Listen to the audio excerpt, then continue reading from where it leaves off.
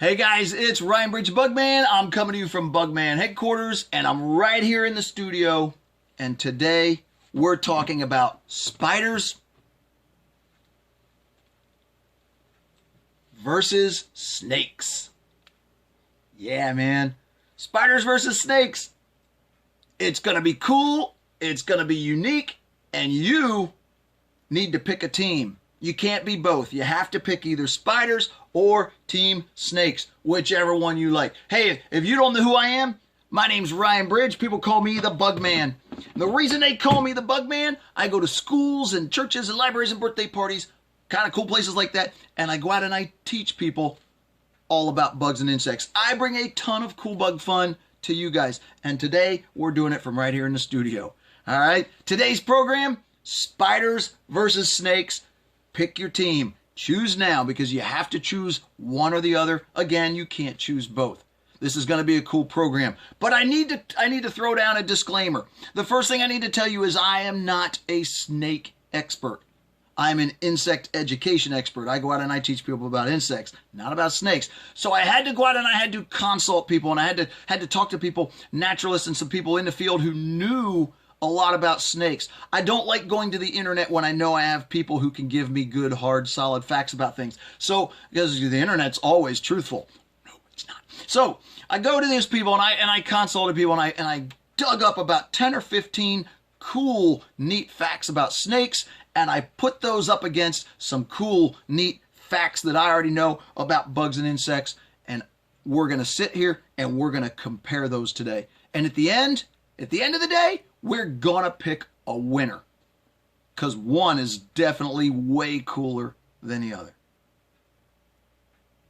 Anyway, let's get started. Disclaimer aside, the pleasantries are all aside. The first thing I want to do is I want to give Michelle Lee, Facebook friend from Pennsylvania. Michelle, you get credit for today's show. Because why? Because you're the one who came up with this concept. You're the one who hit me up and we talked a little bit and we had a cool conversation and we decided, wow, that would make a cool show. And guess what?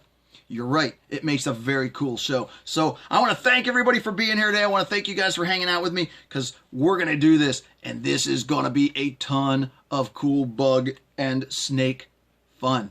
All right, man. That's awesome. Now, next thing I want to do is I want to put these guys up against each other in a realistic scenario. Let's just say that spiders and snakes break almost dead even across the board when it comes to how critical they are to the environment. All right, they're both going to be predators, and they're also both going to be food. There's lots of things eating spiders, and there's a lot of things out there eating snakes. Right? Snakes are not untouchable. Snakes are getting eaten by a lot of things out there, and they act as food, especially a young snake. You know, baby snakes are going to be more like worms when they're out there in the environment, out there in the ecosystem. And there's a lot of things out there that are going to come along and eat snakes. They can't all be dangerous and deadly and venomous and all those things that are going to be able to protect themselves so well. So snakes are going to have their thing. This snake right here, this is Carrot. And Carrot belongs to my son. And we got Carrot through, ready for this? Forgotten Friends Reptile Sanctuary in Lancaster County. Thank you, Jesse Rothacker, for hooking us up with Carrot. Such a cool corn snake. Obviously not venomous. Obviously nothing wrong with him. Handles wonderfully. My son loves his snake, much the way you folks probably love your dogs.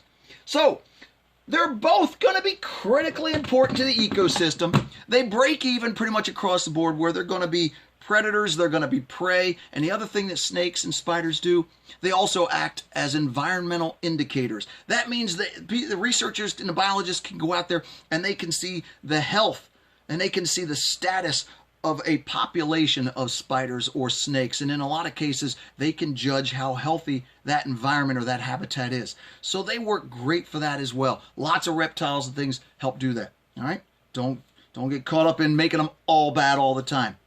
Just one's a lot cooler than the other. All right, so there you go. Disclaimer aside, pleasantries aside, and now you understand that these things are all very, very much equally important to the ecosystem, because nature's cool like that. That's what nature does. If it's not really important, nature usually finds a way to push it out and get rid of it, which is also a good thing. All right, now let's get to the list, because the list is important. The list, again, 10 to 15 quick factoids about snakes and spiders, and let's get started. All right? Thank you again, Michelle Lee. I appreciate it. You did good. All right? Look, there are over 3,400 different species of snakes on the planet. I mean, that's a low ball estimate, but 3,400 different species of snakes on our planet. Of those, 450 are known to be venomous, not poisonous. Venom versus poison. Don't get caught up in it. Snakes are not poisonous. Although I guess if they could get their venom through your skin without injecting it into you, I suppose they could be considered that. But the truth is that the venomous snakes out there are biting and injecting venom into their prey or into us because it's defensive. And people get mixed up and people refer to snakes as poisonous all the time. I hear it when it comes to the tarantulas and the scorpions and different things that I work with on programs. They refer to them as poisonous. And I always have to, politely correct people and say that, unless you're eating it, it's not poisonous. So there you go. They're venomous. 450 different species of snake out of 3,400. So think about this, man. There's 2,950 different species of snake out there that are completely harmless to you. Yeah, how neat is that? So if you're out there and you're worried about, a snake, if you hate snakes because you think they're going to bite you and hurt you, get over that, because that doesn't happen. All right, relax. All right, there's only 450 species on the planet that are going to bite you and hurt you. Cool? All right, they're vertebrates. Snakes are vertebrates, guys. That means they have backbones. Okay? If you've never taken time out of your busy day to go, cook and eat a snake, it's a very bony experience. Yeah, I've done that. All right? And it was like rubbery chicken. It was good because it was something new and different, and I'd never done it before. And it was an opportunity, so I say, yeah, that's what I do. All right? So, very bony. Long backbone all the way down in and lots of ribs. Very, very bony experience. So they have backbones, they're vertebrates. Now, snakes also have very tough, durable skin. That helps to protect them. It also makes a great pair of boots. Okay, upsetting Team Snake all over the place. All right, very cool. So let's move on. Spiders. There are estimated 100,000 different species of spiders on the planet. 100,000 different species of spiders. That's a crazy number for just different species. Of that, they are all venomous. All spiders are venomous. Doesn't mean they're killing you, just means they're venomous. Okay? We'll come back, don't worry. Okay, approximately 9,000 different species of spiders can harm you. They have venom capable of harming humans. 9,000 different species of spiders can harm people. But if you do the math and go back, that's 9,000 out of 100,000 is still a small ratio. So again, if you're out there worrying about spiders, if you hate spiders because you think they're going to bite you and hurt you, well, you need to get over that as well, because that's not their job. It's not what they're doing. Okay, the last thing snakes and spiders want to do is hit you with venom. They don't want to bite you and inject venom into you. That's like the Hail Mary pass at the very last second of the game, because they're going to run from you, they're going to get away from you, they're going to hide from you, they might hit you with a closed mouth in the case of some snakes. They might even bite you but not inject the venom. So snakes have the ability to control a lot of that stuff under most circumstances. And insects, even though they don't really have a lot of control over it per se, they still are going to do everything they can, and that venom, that bite with venom or that sting with venom is going to be the last resort that they use. To do that to somebody, to do that even to a prey species, is going to use up a lot of energy, and it takes a lot of energy to rebuild that venom supply again. Because most insects and most bugs, and especially spiders and snakes, they don't have an infinite amount of that they can just hit you and hit you and hit you. They do run out after a while. So take it easy, man. Don't hate one or the other because you think they're gonna bite you and harm you, because the math says it's just not gonna happen. Spiders, they don't have tough, durable skin. You can't make boots from spiders, but they do bring an exoskeleton. That exoskeleton is made from chitin.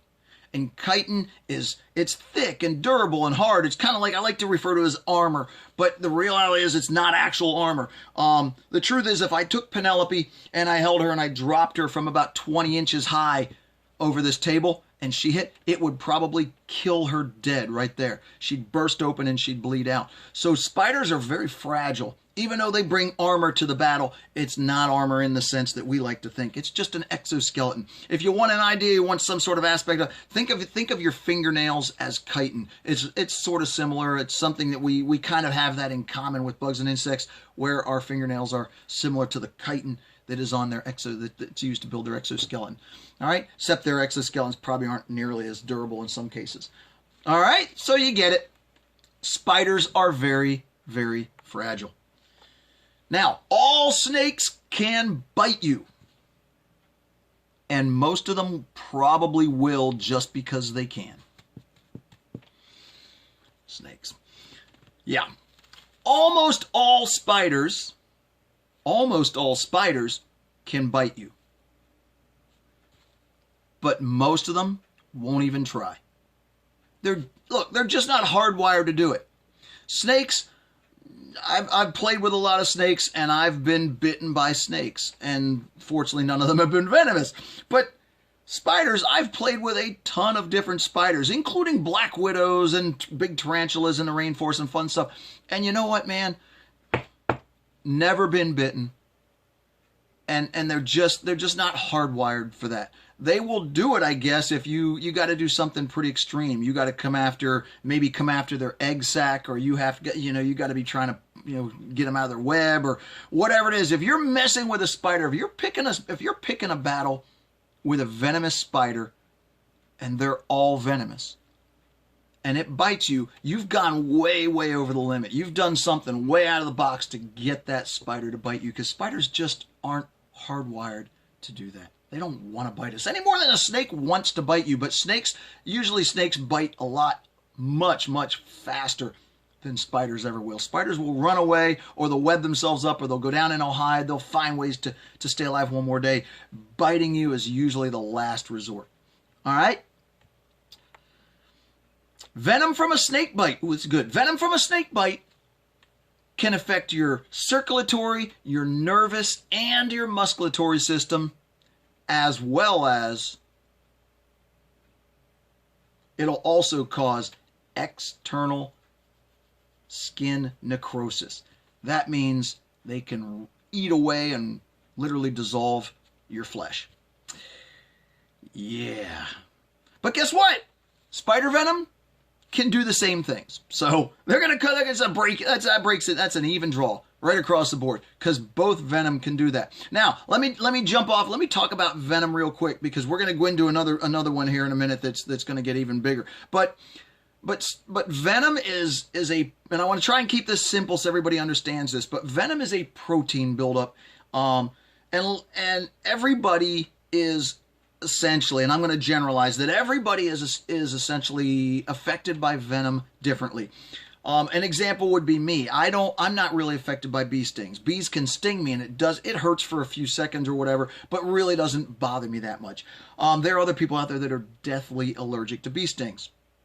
There are people out there that are deathly allergic to spiders. Now, admittedly, I've never been bitten by a spider, so I have no idea what spider venom is going to do to me. I'm lucky that way. I've never been bitten. But I've been hit by scorpions, and I've been bitten by snakes, not venomous ones, but I've been bitten by things.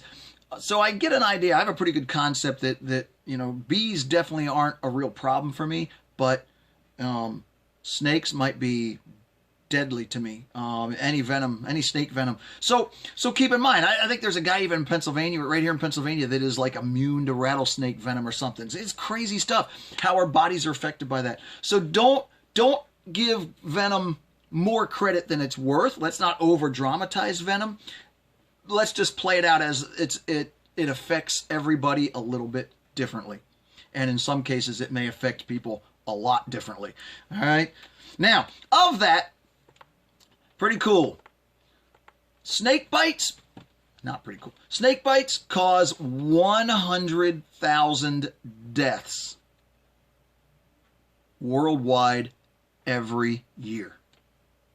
That's 100,000 people are dying every year because of snake bites. Team Snake, you should be ashamed of yourself. All right. You know how it is. Spider bite. The spider bites. You know what? Spider bites cause less than 500 deaths. Less than 500 deaths worldwide every year. 100,000, less than 500. Now, anti-venom. Anti-venom is, anti-venom is also gets pretty technical, so I gotta be careful here. But snake venom and spider venom and bee venom and scorpion venom and all these different venoms are all used to create anti-venom. And anti-venom is not only medicine that is used directly toward spider bites and snake bites and things like that. They use that anti-venom to help our bodies, deal with the effects of actual venoms itself. But at the same time, that anti-venom is also used medically to create medicines that are out there fighting cancer and blood pressure and stroke and Alzheimer's, all that amazing stuff. So anti-venom from spiders and from snakes are both being used in many of the same ways where they're actually helping the planet. And they're helping humans. We've found ways to use that to our advantage.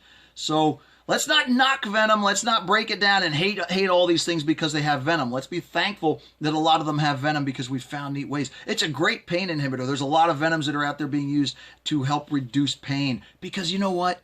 Anti-venoms in most cases, venom itself, if you will, has no side effects. Sort of. Sometimes. All right. Let's move on. Snakes. Snakes have an intelligent brain. Snakes are smart. Who knew snakes were smart? Either way, they have an intelligent brain. That means snakes can interpret and they can also predict movement. That's kind of neat. And I never really thought about this. Even when I watch Carrot eat now and then, when he gobbles up a mouse, I never really thought about the fact that some snakes have the ability to interpret movement and predict movement. So if that mouse is walking away and the snake will sometimes turn and angle and actually intercept the mouse on its path. Instead of just following it footprint by footprint, footstep for footstep. Snakes are pretty cool like that. They can interpret and predict movement. That is kind of cool. All right. Spiders. Spiders do not have an intelligent brain. Nope. Team Spider, we're just not that smart. Sorry. All right. So you understand, there's no aspect of thinking or thought-provoking. They don't write poetry. They don't do fun dances. Some spiders might. If you think about courtship, some of those cool little jumper spiders are doing some cool courtship dances. But you know what? That's not a thinking thought. That is all inherent. That is all built into them. They're hardwired to do those things because spiders do not think. They're not thinking and thought-provoking. She is not sitting here thinking right now. What she's doing is she's reacting and she's adapting every second of the day. And I'm going to show you what I mean. I'm going to make her react. Okay, I'm going to wake her up. See that? That is a reaction. She's not thinking about what's happening. She's reacting. And then I'm going to make her react again. I'm going to pick her up. This is all reaction. She's not thinking about any of this. Once I get her picked up, she's still reacting, still reacting, still reacting, and now she's going to adapt. And there you go. Spiders react and they adapt every second of the day.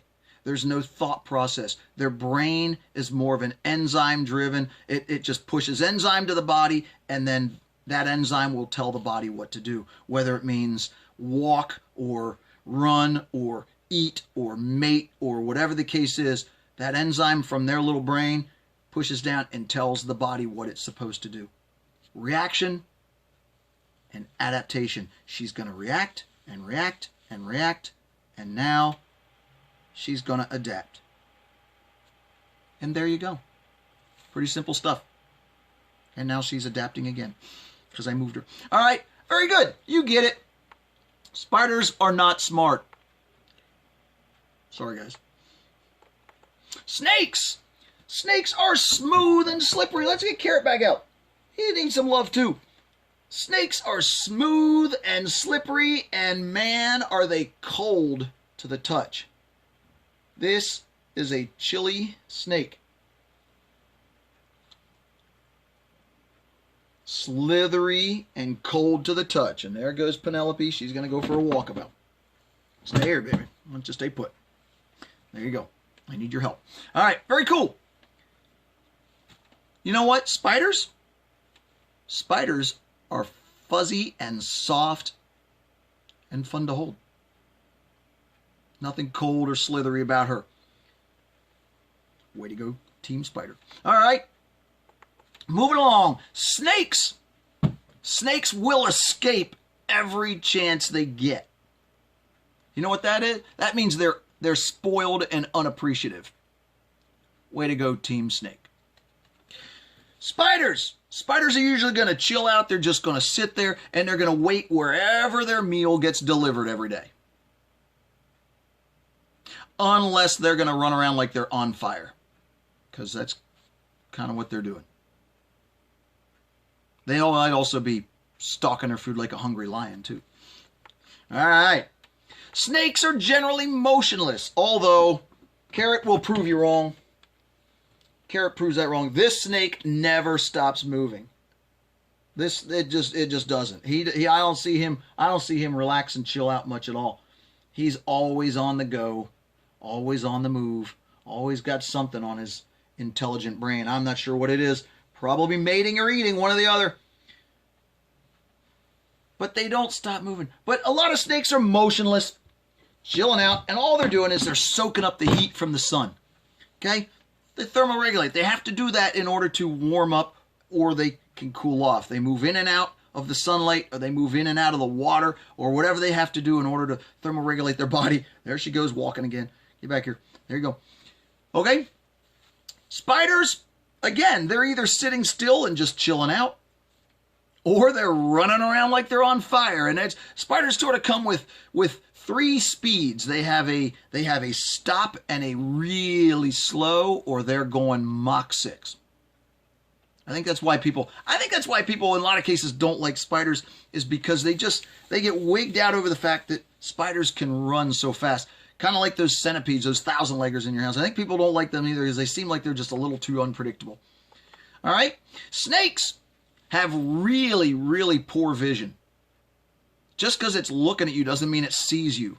All right? Snakes see movement. They pick up movement. But the reality is, in low light conditions, snakes' vision is very blurry. They really can't see very well at all.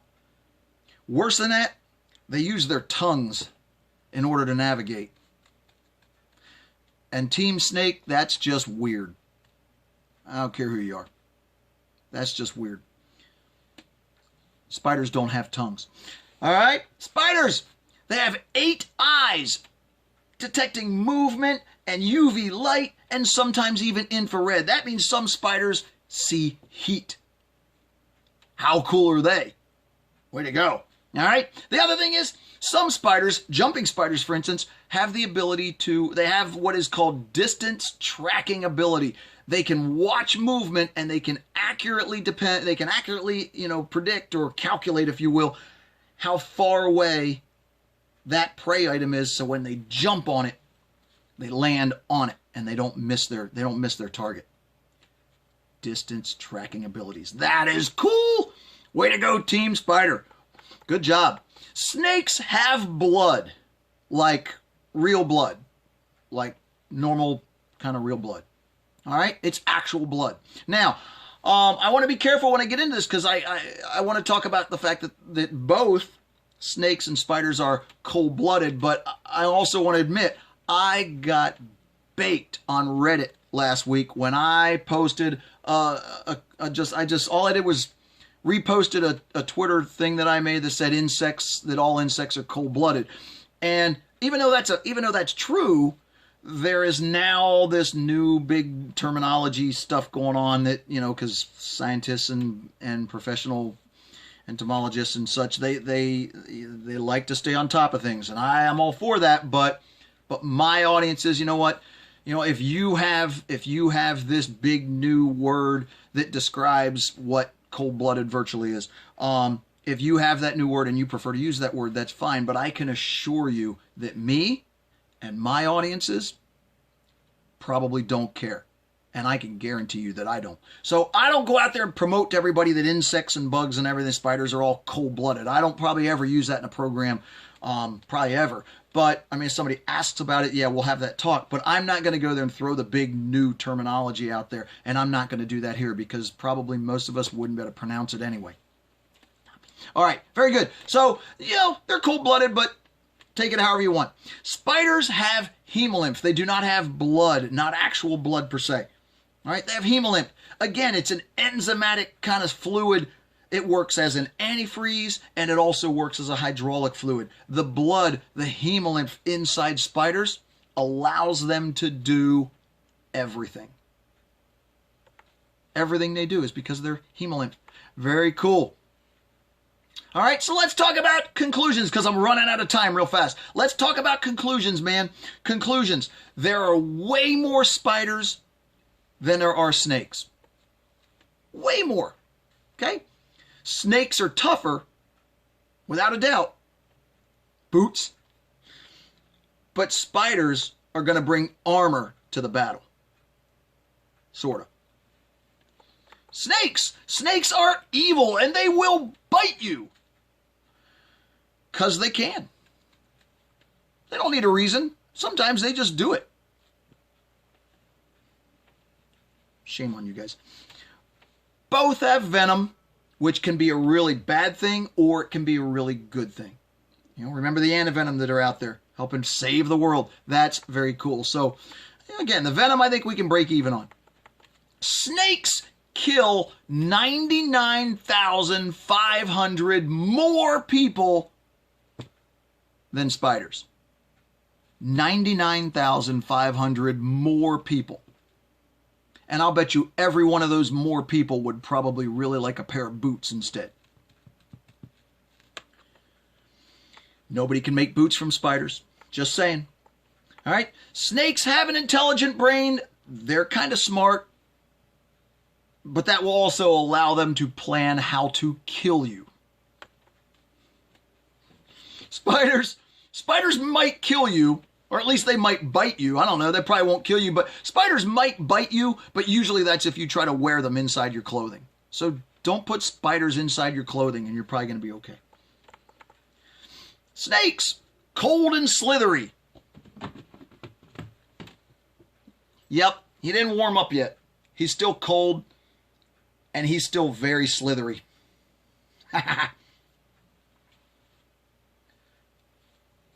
Spiders are soft and fuzzy, and they feel like a mouse when they're in your hands, and when you pet them, they feel like a kitten. No lie. What is there not to love about that? Soft and fuzzy spiders. Way to go, Team Spider. All right. Snakes are spoiled and unappreciative of the nice things that humans try to do for them. Like a cat. Upsetting more people. Spiders. They're going to eat wherever they feel like it, whenever they feel like it. Heck, they can even go, weeks. Like snakes, they can go weeks or sometimes months without eating. And that's kind of cool. But they're also going to usually sleep all day. So they're really lazy, chilling out. They eat whenever they feel like it, and then they'll sleep. Which is also like a cat. Snakes are generally calm and content, and while they're warming up in the sun, because that's all they're doing. They're thermorelay. They're pulling that heat from the sun so that they can warm up their body temperatures, and that helps them stay healthy and alive, and that's all cool. Unless they're just hanging around waiting to eat a puppy, or I don't know. Team Snake. Snakes have two cold, frozen, beady little eyeballs that even while they're giving them crappy vision, can stare straight into your soul. Spiders have 8 amazing eyes with almost 360-degree view. Like toys, they see everything. Sorry. Lastly, all right, because we're burning out time here. Lastly, thanks to Jesse Rothacker for bringing this one to me. Jesse Rothacker, Forgotten Friends Reptile Sanctuary over in Lancaster, sent me proof yesterday. Sent me proof that there are spiders out there that will eat snakes. Yeah, that was cool. All right. Was there not to like about that, Team Spider? Woohoo! All right. So, when we pull all of the almost facts together, and it's a clear and obvious winner in this battle. And you know who that's going to be? You're right. It's Team Spider. Team Spider all the way, man. That's my unqualified opinion, and it's a no-brainer. So there you go. So, congratulations, Team Spider. All right. Even though you already knew you were cooler than Team Snake, now you know why. How simple is that?